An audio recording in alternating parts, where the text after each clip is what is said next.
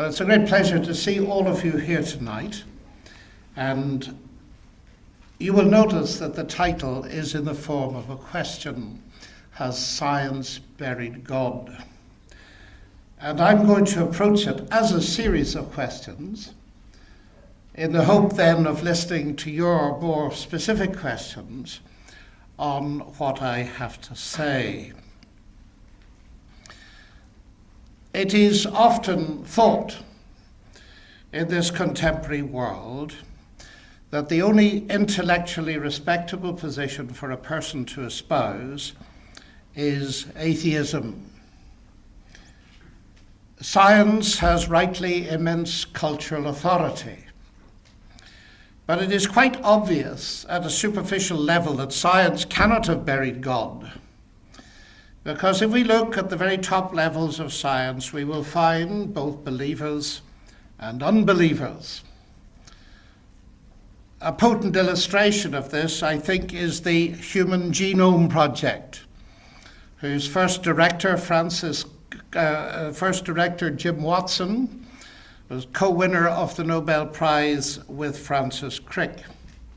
He is an avowed atheist. When he relinquished the top post of the HGP, it was taken over by Francis Collins, who is an evangelical Christian. Now, if you put those two together, their science does not distinguish between them. They are both top-level scientists. But one is an atheist and the other is a Christian. So what separates them is their worldview. And I think that is perhaps one of the most important things I shall be suggesting to you tonight.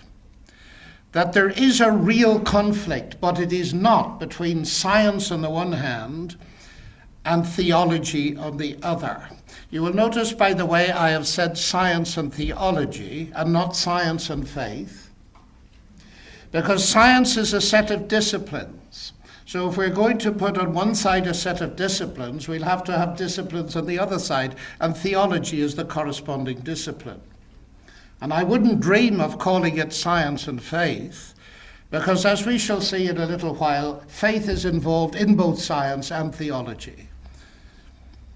So that the superficial but widely believed conflict thesis that science and belief in God are essentially at war is false at the pragmatic level.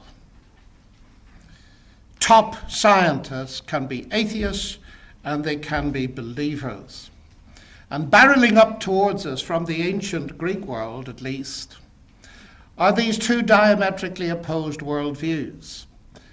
The atheistic worldview, the materialistic worldview favored by Democritus and Leucippus, who believed that in modern terms, mass energy is all that exists. And therefore, that worldview demands that everything else, including mind, must be explicable bottom-up in terms of mass energy. The other worldview, which was believed at different levels by people like Plato and Aristotle and Socrates and a whole line of thinkers, is that mass energy is not all that exists. This universe is not all that is. But there is a transcendent realm. And as a Christian, of course, I would be more precise than that. There is a God who created and sustained the universe. And it is those two worldviews that we are talking about.